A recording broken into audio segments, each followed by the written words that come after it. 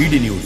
भोपाल के अयोध्या नगर में रहने वाले टेंट कारोबारी हिमांशु यादव ने 11 अगस्त को अपने नरेला शंकरी स्थित घर के कमरे में फांसी लगा ली थी।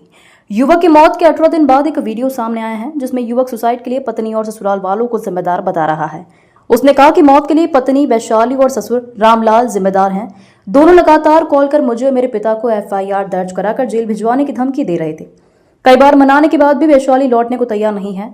अपने मायके में रह रही है। 21 जुलाई को अपने पिता के साथ घर गई थी, तब से नहीं लौटी है। मुझे माफ कर देना मम्मी पापा, हमेशा के लिए जा रहा हूँ। जानकारी के मुताबिक हिमांशु यादव भवानी टाउन नरेला शंकरी में रहते थे, वहीं टेंट हाउस का संचालन करते थे।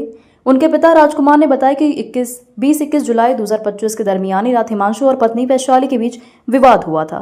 ग्राम अवरिया उदयपुर जिला रायसेन के रहने वाले हिमांशु के ससुर रामलाल 21 जुलाई को घर आए थे। उनके साथ उनका बेटा भी था। दोनों वैशाली को साथ ले गए। कुछ दिन बाद हिमांशु ने पत्नी को लौटने के लिए कहा, वह आने के लिए राजी नहीं थी। कुछ समय बाद उसने हिमांशु से बात करना बंद कर दिया, उसका कॉल भी नहीं उठाती थी। राजकुमार ने बताया कि हिमांशु ने सिविल इंजीनियरिंग की थी, लेकिन वह स्वयं का कारोबार करता था। बहू ने मेरे खुशहाल बेटे को जान देने पर मजबूर कर दिया। राजकुमार के मुताबिक बहू कमरा बंद कर अधिकांश समय फोन पर व्यस्त रहती थी। मेरा नाम हिमांशु यादव है। आज मैं बहुत टेंशन में हूँ। इस टेंशन की वजह मेरी नहीं तो वाइफ है और वाइफ के घर वाले हैं। मुझे कुछ हो जाता है तो इसकी जिम्मेदारी नहीं तो मेरी वाइफ और मेरे वाइफ के घर वाले होंगे। मेरी वाइफ का नाम वैशाली यादव है। उसकी मम्मी पापा नहीं तो उसको पता नहीं क्या सिखा रहे हैं, पढ़ा रहे हैं मेरे खिलाफ़।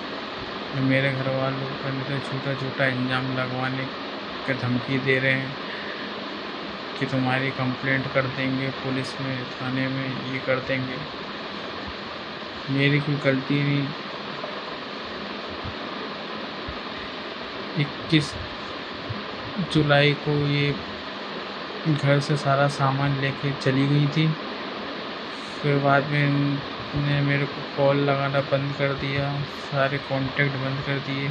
मैं कॉल लगाता था ये उठाते नहीं थे। बस फिर लड़ाई करने लगे।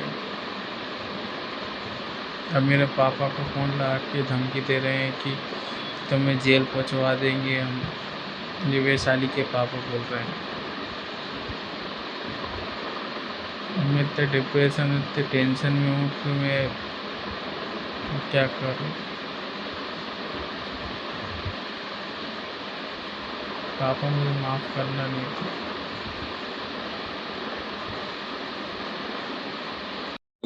ममता यादव। किस प्रकार का विवाद होता था घर में और क्या घटनाक्रम हुआ है? वो तो बहुत मतलब हर कुछ बोलती थी। क्या बोलती थी? अपन उसकी वजह से मुँह लगते थे कि चलो यार अपन फैमिली को इधर है तो महिला पड़ोस से कुछ बोलेगी, अनशन बोलती थी। कुछ विवाद भी हुआ आपसे या किसी से विवाद घर में होता था? हाँ, हम लोग से मतलब बहुत मुँह चलाती थी और कोई ऐसा के लड़ने में बहुत बोलती थी।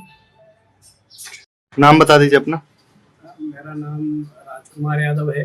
कहाँ के निवासी हैं? मैं भवानी टाउन नरेला जोड़ का निवासी हूँ। क्या था पूरा मामला, क्या घटना घटी आपके? पूरा मामला ये था कि जब से शादी की हमने छोटे वाले बेटे की, हिमांशु यादव की, जब से 2-4 महीने तो ठीक ठाक रही। इसके बाद बहुत परेशान करने लगी। कौन? बहू, छोटी वाली बहू। क्या नाम था उसका?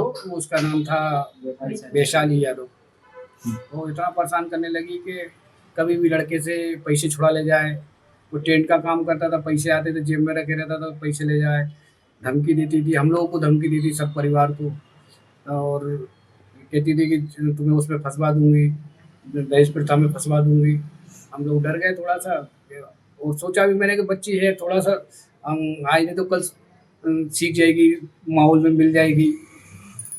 तो आखिर में वो अभी 1 महीने यहाँ रहती थी, 2-3 महीने वहाँ रहती थी। बस इसके बाद में अभी गई तो आई नहीं। और लड़के का बहुत टार्चर करती थी, उसके घर वाले करते थे, माँ बाप मतलब दोनों माता पिता। और किस प्रकार से टार्चर करते थे? मतलब उसको कहते थे तुम्हारे माँ बाप को, पूरी फैमिली को फंसवा देंगे। बार बार एक ही चीज कहते थे, काहे में फंसवा देंगे? दहेज प्रथा में फंसवा देंगे, अलग रहो, मतलब हिस्सा लो। फिर मतलब ये था थोड़ा सा, इतना परेशान कर रही थी कि वो अभी गई, उसे हमने खबर भी की कि मेरे बड़े भाई की बहू खत्म हो गई थी। 21 तारीख को गई वो और 22 तारीख को खत्म हुआ। फोन भी लगाया था, फिर भी नहीं आई वो। मिसेस ने फोन लगाया कि आ जाओ घर में बड़े भैया की बहू खत्म हो गई, फिर भी नहीं आई। होता था वो तो, अब मियाँ बीवी में भयंकर विवाद होता था। हमसे तो फोन पे बात ही नहीं करती थी वो, हम फोन लगाते तो फोन नहीं उठाती थी। कहाँ बात करती थी वो? और वो सुबह से और शाम तक अपना कमरा बंद कर लेती थी, फोन पे कहाँ बात कर रही है हम पूछते तो लड़ती थी वो। उनके माँ बाप को भी हमने बताया था, उनके मम्मी पापा को भी बताया, कि भाई को भी बताया कि वो किससे फोन पे बात करती, तुम्हारे से बात करती थी, क्या बात करती है। नहीं, हमारे यहाँ तो कोई विवाद नहीं, खाने की कोई कमी नहीं, हर चीज़ की सुविधा थी उसको, मतलब बैग पहनने की, ओढ़ने की, सब कुछ सुविधा थी। मगर उसके दिमाग में क्या चल रहा था, क्या नहीं चल रहा था, अब ये तो वही जाने, ईश्वर जाने। शादी को 2 साल हुए, 7 तारीख को 6ठा महीना 23 में शादी हुई थी उसकी। सर, टेंट कारोबारी हिमांशु यादव आत्महत्या मामले में 18 दिन बाद एक वीडियो वायरल हुआ है, जिसमें वो खुद कहते हुए दिखाई दे रहा है कि उसकी सास, ससुर और पत्नी को प्रताड़ित करते थे। ये थाना अयोध्या नगर की घटना है। इसमें एक मर्ग कायम हुआ था, जिसमें एक हिमांशु यादव नामक व्यक्ति द्वारा सुसाइड किया गया था। इसमें मर्ग जांच में इसमें इन्वेस्टिगेशन किया जा रहा है, जो भी विधि सम्मत कार्रवाई इसमें की जा रही है। तो आरोपियों पर मामला दर्ज हुआ है इसमें? हाँ बिल्कुल, जो भी तथ्य आएंगे उस अनुसार कार्रवाई की जाएगी। सर, इस बात पता चल पाएगा 18 दिन बाद वीडियो आया है तो कहाँ से आया? वो इन्वेस्टिगेशन का विषय है, उसमें जांच का जो भी वैधानिक कार्रवाई वो की जाएगी।